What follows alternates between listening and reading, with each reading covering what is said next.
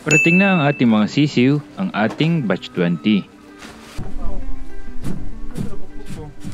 Kaya isa-set up natin ang ating 200 heads capacity automatic brooder. Tara! Ito ang aking brooder, matagal na tenga. Pero ngayon, magagamit na naman natin ito.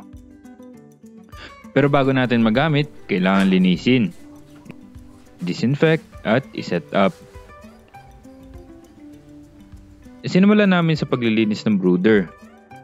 Inalis ang mga gamit dito. Winalis at pinispis ang mga alikabok. Nag-spray ako ng pang-disinfect sa mismong brooder natin. Buong brooder dapat ang masakop ng spray natin. Habang nagdi-disinfect ako, si Jayman at John Paul naglilinis din ng buong brooder house.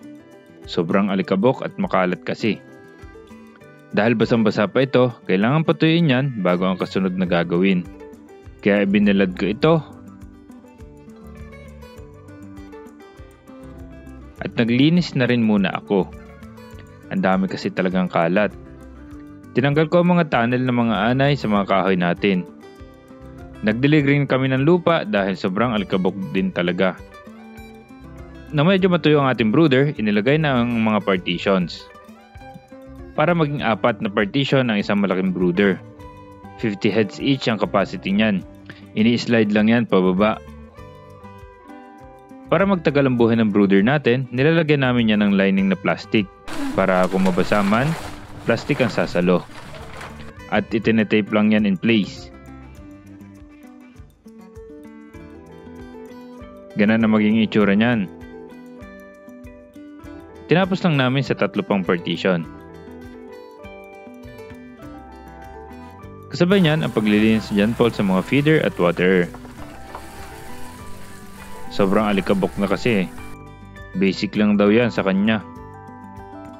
Manila paper ang sunod na inilagay. Substitute natin ito sa chick paper. Low cost lang.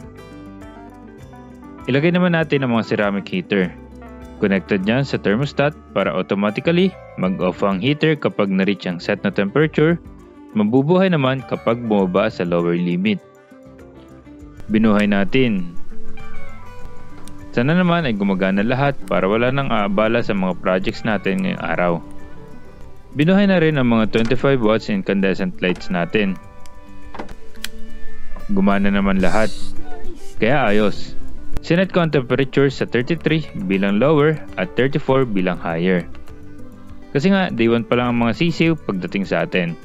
Chinek ko rin kung gumagana lahat ng heater. Okay naman, umiinit. Para ma-retain ang init sa loob, sinarhan ko ito. Tinakpan ng trapal. At karton. At ito na, malinis na, maayos at gumagana. Ano sa tingin nyo mga Call of Duty?